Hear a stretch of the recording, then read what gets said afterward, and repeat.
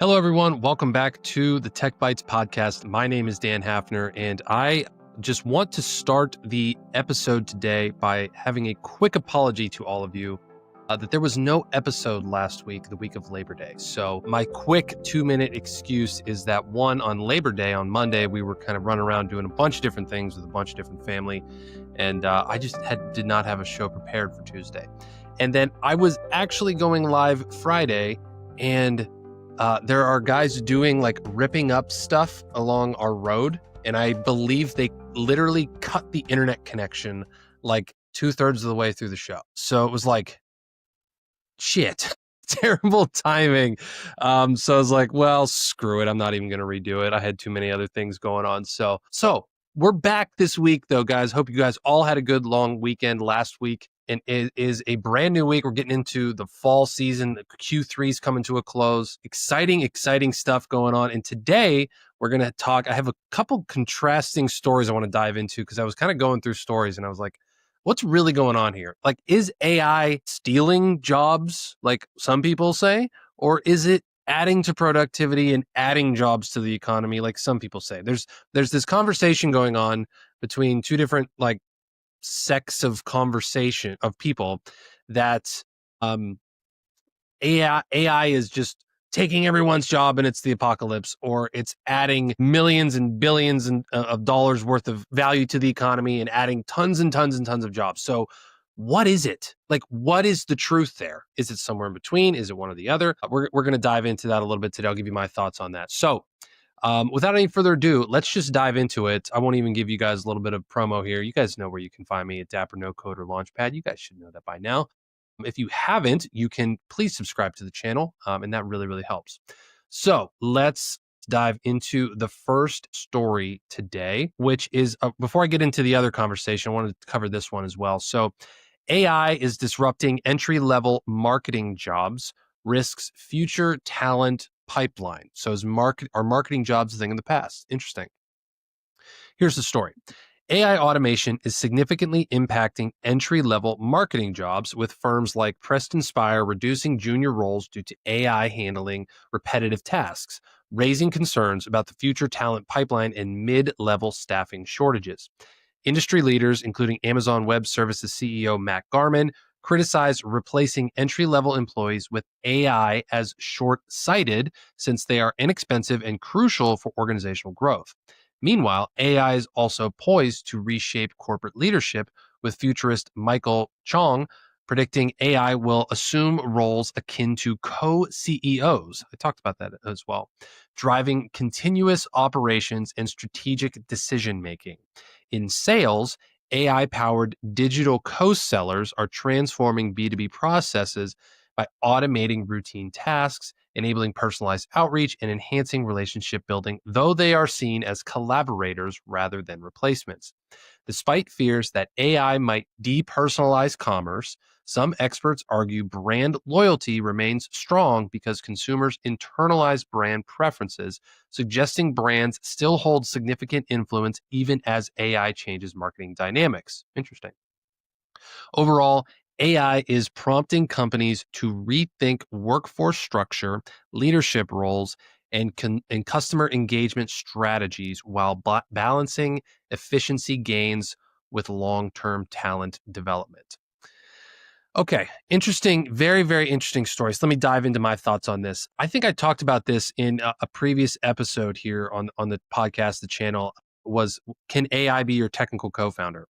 And if you haven't, check out that video or that podcast. I really encourage you to go back and listen to that, because basically what I said in a nutshell was, yeah, maybe, but possibly, right? And we dive more into that in that video. But can AI replace mid-level or entry-level marketing jobs?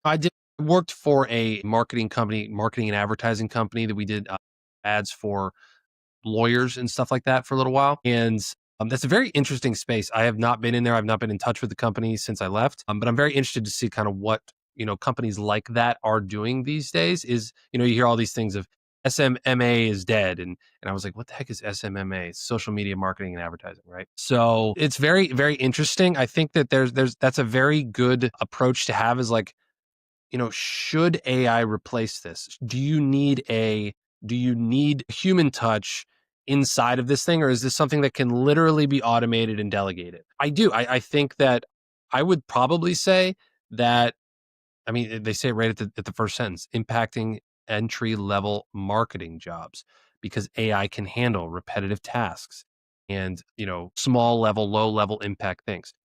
If there's something that's a low level impact, but it's a low priority to be implemented, like that is something that can be definitely delegated to AI. And if that's your entire job, is just doing busy work, I mean, I hate to break it to you, I think that is probably at risk with a lot of this stuff that's coming along. Now, can AI be your co CEO, right? Like driving continuous operations and strategic decision making? I mean, I would say, yeah, I think that, like, I use ChatGPT all the time as an advisory tool, as something that, hey, I have like a specific question about what move should I make next? Here's what I'm thinking. I'll spend 10, 15, 20 minutes sometimes prompting a ChatGPT into, hey, here's what I'm thinking. Here's what's going on. And due to that memory feature that it remembers stuff that I've talked about for so long, I add in that little phrase, based on what you know about me and my business, what would be the course of action you'd recommend? And that's proven very fruitful. That proves to be very, very powerful. But again, it has to be prompted. It's not just another co-founder that's sitting over here in this chair behind me that can actually proactively reach out to me and say, hey, have you thought about this maybe? That is that generative AI, which I think that, I think we're probably kind of far away from. But I don't know. I'm not. We'll get into that in the next story of like the godfather of AI, kind of predicting a bunch of different things in this employment circle. And I was very interested to kind of hear about this, because read this story, because I think that, I've seen things where, Facebook is saying, or Meta now is saying, they don't want to have agencies anymore. They like literally want people to go directly to them to be able to run ads and procure business and do that kind of stuff, which basically cuts out the middleman, which is all of the AI, the advertising marketing agencies that basically relied on Google ads, Meta ads, Instagram ads, those kind of things will run your ads for you. Can AI do a lot of that now? I don't know. I mean, I think that there's a big chunk of it that it can do. So I think, again, I've said it before, I'll say it again on this show. If you learn these skills, you'll never be out of the job. If you learn how to leverage these things instead of waiting for it to replace you, you're going to be way better off, and you're always going to be in demand, rather than just sitting back and waiting for it to actually crush you. So those are my thoughts on that. I'm very interested to hear kind of, are any of you in the marketing space? Do you see this happening? Or is AI wiping out entry level marketing jobs? I mean, it seems to me like there's a potential to, but it could also wipe out a lot of entry level jobs across a lot of industries. It's a very, very interesting story. Interesting stuff. Okay, so let's get into um, this employment conversation, this debate. Is AI adding jobs, or is it removing a bunch of jobs? So the first story I want to go to is the downside. We'll try to end on a positive note for you guys, but this is a very interesting one. The godfather of AI warns massive unemployment, soaring profits amid capitalist AI growth. Interesting. Let's see what this says. Jeffrey Hinton, the Nobel winning, quote, godfather of AI, has warned that artificial intelligence will drive massive unemployment while significantly boosting corporate profits, deepening economic inequality. He attributes this disparity not to AI itself, but to an exploitative capitalist system where wealthy individuals use AI to replace workers, making a few richer and many poorer. Routine and mundane jobs are at most risk, whereas some sectors like healthcare could benefit from AI efficiencies, potentially expanding access and demand. Despite some companies currently retaining workers, Hinton cautions that layoffs will likely rise rapidly, outpacing labor policies and leaving many unprepared. He also highlighted broader risks, including a 10 to 20% chance that super intelligent AI could threaten humanity, and warned of AI systems operating beyond human understanding. Hinton criticized major tech firms for downplaying these dangers and dismissed universal basic income as inadequate to address the loss of human dignity associated with job displacement. Okay, so based on that ending, okay, you're going to doom and gloom everybody and then not offer a solution. Okay, great. So what are you doing other than fear mongering? I'm not sure. Yeah, so interesting. I mean, again, this is all future projections. Like he's warning that it will drive massive employment, not that it is, right? And I don't know. I think about the iPhone analogy, right? I think about I've always had this debate with people. I've had it on the show before in previous interviews. Was the invention of the iPhone, that time when Steve Jobs pulled it out of his pocket and he introduced it to the world, was that ultimately a good thing for society or a bad thing for society, right? What, benefits of smartphones and, tablets and the connectivity that we have, not just because of iPhones, but all mobile phones now. Yeah, the benefits are amazing. You basically have a supercomputer in your pocket at all times. But it obviously causes addiction. Social media obviously causes addiction. It causes mental health problems. It causes dopamine addiction. It causes a lot of negative things in society, body shaming, all these types of things that are secondary benefits that they could never have known would happen when they introduce something like this. Is the advent of ChatGPT the same type of thing? Is that a moment we'll look back on and say, man, the benefits that created in this world were unbelievable. Unbelievable wealth creation, unbelievable business opportunities, unbelievable forwarding of the human race as a whole. But it also caused some bad shit to happen, right? Will we look back on that 10 years, 15 years from now and pinpoint that as something that really, it's not like AI is brand new with ChatGPT, like it's been around for 50 years, right? But that was really the advent of it into the broader populace of the world that was democratized, right? But I mean, people are like, oh, all these different mundane jobs are going to be replaced by AI. Like, shouldn't they be though? Like, if we're trying to move things forward, shouldn't like you improve upon things like that? Like, shouldn't those things automatically, like, you realize if there's a better way? Like, you think about the evolution of the wheel. Like when a horse and buggy was your main mode of transportation, and then the vehicle is invented. Like, shouldn't that shouldn't that be worthy of replacing horse and buggy? Like, it's just better in every way, you know? That's my opinion on it. That's my thought of it is like it's the market will decide what is the best. The market will decide what is useful and what is worth their time and their money. Like this show that I have is determined by you guys, the audience, the market. If I have shitty content, you're not going to listen, you're not going to watch. If I actually have some good things to say and some productive things to say, the viewership will rise as it has been. So clearly I'm doing something right, right? It's all about the market. I do tend to agree a little bit with this. I am a capitalist. I'm not a communist by any means. I don't think that there's an exploitative capitalist system. I think that's just not a productive way to frame it. But I do think that the system is probably rigged in the favor of technical oligarchs, right? Like the Bill Gateses of the world, the Sam Altmans of the world, the Elon Musks of the world. They're just pre-positioned with what they've been able to build so far and the systems that they have in place to be able to capitalize on this shit a lot quicker.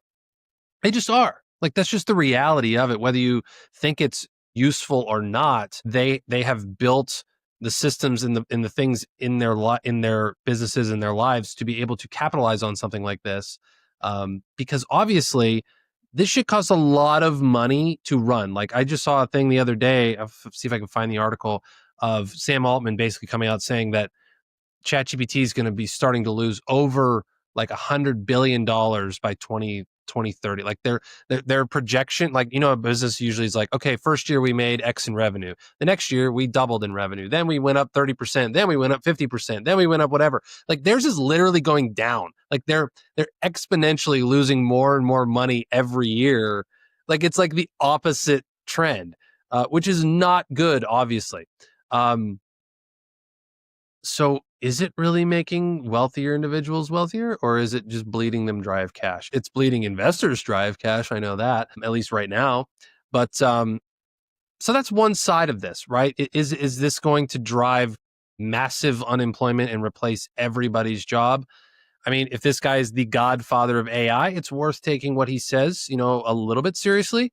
I remain unconvinced. Like I said, I just would have to see a lot more in my life and in what I do to be able to really jump on this fear mongering bandwagon of AI is going to ruin the world and take everyone's jobs, and we're all going to be on universal income. I can't fall on that side yet. I really can't, because then you have tools like the studies, like I said on the last episode, where 95% of freaking projects are failing. Maybe that was the one that actually got cut off. 95%. MIT did a study that 95% of AI driven projects are failing in corporate environments. 95%, proving unprofitable. And you say it's going to take everyone's job? I don't believe you. The data doesn't lie. Like, I don't believe you. Not yet. My mind can be changed. I don't believe you when you say AI is going to take everyone's job in the next 5 years. I don't believe it. Anyway, that's my opinion on that topic. So let's go to the other side of this argument.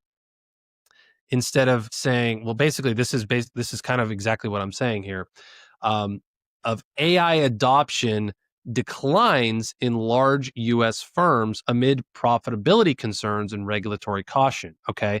So this is kind of the other side of this, right? Okay, here's the story. Recent reports indicate a noticeable slowdown in AI adoption among large enterprises despite earlier rapid growth and significant investments. Data from the U.S. Census Bureau and Apollo Academy reveal that while smaller businesses maintain steady AI use, firms with 250 or more employees have decreased usage due to high implementation costs, integration challenges, and underwhelming returns.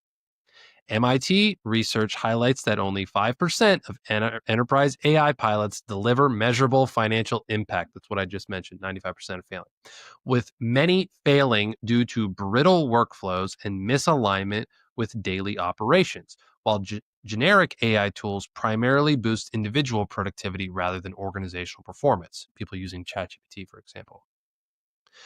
Conversely, Capgemini's findings show a 5-fold increase in generative AI adoption over 2 years, with most firms piloting or scaling AI, but many remain unprepared for human AI collaboration and face unexpected cloud cost surges.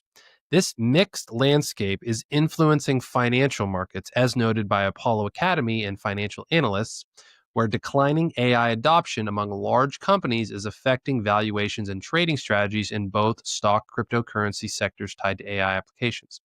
Overall, enterprises are navigating a complex environment, balancing rapid AI enthusiasm with practical challenges and cautious investment strategies. Okay, so in my own words, what does this mean? Bigger companies, 250 employees plus, are not pulling off AI implementation very well, clearly by the data, based on the results of this study. High implementation costs, integration challenges, and underwhelming returns. Why are the implementation costs high? Because they're just throwing money at it. Because they're big companies, they have big bankrolls, and they think that they can just throw money at stuff and it'll just work. Probably not working well. Integration challenges, what does that mean? Okay, there's tools that don't talk to each other. There's probably proprietary or sensitive data, maybe PII or PHI that needs to be protected, just different regulations that they be skirting through. And then underwhelming returns is, okay, if we're dumping all of this into this without a clear reason or goal of how this is actually going to profit us or save us money in the long run, of course you're going to have underwhelming returns. Like, duh. What the hell are you thinking, right? Like that's common sense. Now it does say there's hope here. I mean, it says that smaller businesses maintain steady AI use. Are you a small business owner? Are you under 250? Probably you're under a 250 employee business. That's great. That's awesome. This is one thing I wanted to highlight. This is a new part of my business, Dapper No Code, that we're rolling out, is AI education and AI audits and different abilities to come in and say, hey, here's where your business can use AI. Here's where you're bottlenecking. Here's where we can help. And then even some different AI SaaS solutions that we're building and stuff. So yeah, I mean, I get it. I think it's hard to, but I think that's the big thing here is the word misalignment. misalignment with daily operations. Like it's right there. The why this is failing is right there in the word misalignment. What does that mean? It means that they're like, oh, I think this would be cool, so let's implement it. No, it's not like, hey, this is where we're actually bottlenecking. This is where we need to improve. And here's an actual solution to pull this off. That's aligned, right? Maybe they're doing that and it's still not working. I don't know. I'm not in one of these companies. I'm just commenting on this.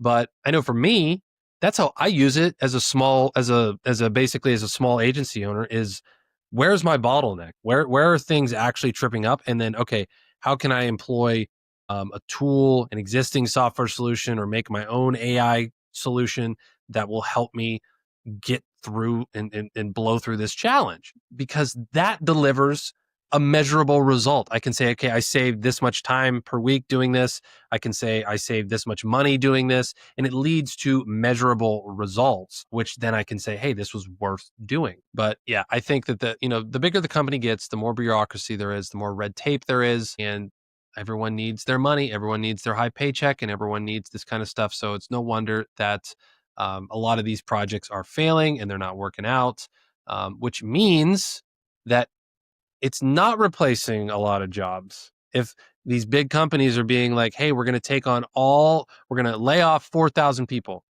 right? Then we're going to take all this AI stuff and replace all these people and then lay that off. And then all of a sudden, this AI is in here and it's not doing the job as well as these other people did. And now where are they left? They got to hire these people back. They got to bring them back. They got to do all this stuff. Are there reports of that? I don't know. I didn't look that far into this story, but I bet you there's probably examples you could find. I bet you there's examples where they're like, yeah, so do you want to come back to work maybe? Like your AI replacement kind of sucks. Like maybe you could come back and learn to work with the AI. Oh, why didn't we think of that in the first place? No shit, Sherlock. It's probably the better way to do it right now. So yeah, I don't know. I think we're headed towards a very interesting 5 years of this world where there is going to be people who see massive success with AI. I think there's going to be people that see massive failure with AI. And I think it really comes down to that word alignment. And I know it's almost like a cringe type of word. It's like a buzzword kind of thing. Like it's used a lot in the coaching space, personal development space, but it's true. Like if you're not aligned on what you're trying to accomplish and where you're trying to go, no amount of money you throw at a problem or solution you throw at a problem is going to fix it. You have to actually think shit through. You have to think these things through and be ready to say, okay, here's what we're going to do. Here's maybe where the backstop is if this doesn't work, where we're going to stop this. We're going to maybe pivot to something else. And it's just like the government, man. It's just like it's slow moving. It can be effective, usually not, and it's full of people, which always screw things up. Like big companies and government, people forget they're full of people. A company isn't just a company. Like a company is a piece of paper. It's a fictitious thing. It's a creation. It's a wealth vehicle because businesses are not people. In the eyes of the law, they might be in some cases, but they're run by people. Like people still screw up. People still don't think things through. People have lives. People have stress. People have divorces. They have kids. They have shit that happens to them all the time. And that's just the reality of it. That's just the reality of the chaos of what goes on. So I don't know. I think that's my thoughts on this as well. I think that there's probably, again, I tend to take a middle road with a lot of stuff. I think that there's definitely examples where, bigger companies are laying off a lot of people. You might be someone who was laid off by a big company due to AI, innovations and projects and initiatives. But I also think that there's probably companies who have refused to do that maybe don't even make the news, that have just been like, you know what, I think we're just going to train our people on how to use this more effectively, how to, kind of do this across the organization, and then see where that comes from. That's probably a lot harder to measure, which is why, when you get to a big business like that, maybe you're publicly owned, you have a board you have to report to, like there's a lot of things you have to kind of just show. You can't just do shit randomly, So I get that. I do get that.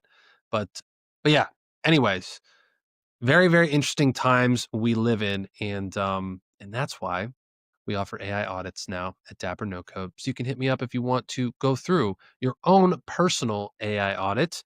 How can you and your business leverage AI to better streamline your operations and make more money, and actually be aligned with how it's going to help. So that is my pitch for the day for you guys. If you want to check that out, you can go to dappernocode.com and you can get in touch with me or my team, and we'll let you know what we can do. It's a brand new thing. There's not a lot of information we have on there out there about that, but it's a brand new thing we're working on. So, man, we live in exciting times. We live in crazy times. Don't give in to the fear mongering, the fear porn that's out there.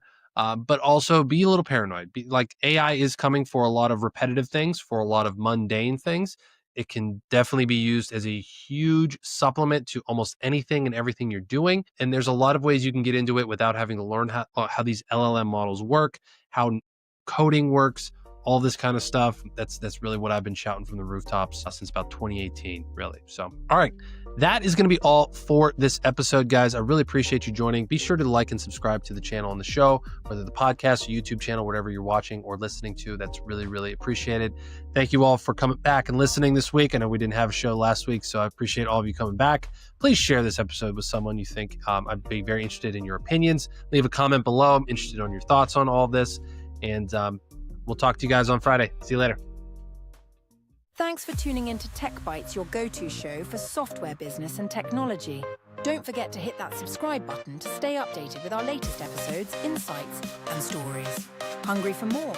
Dive deeper into the world of no-code by visiting dappernocode.com. Your journey to building amazing software without coding skills starts there. Connect with like-minded creators and unlock a world of resources tailored just for you. Subscribe now. Explore Dapper No Code and let's innovate.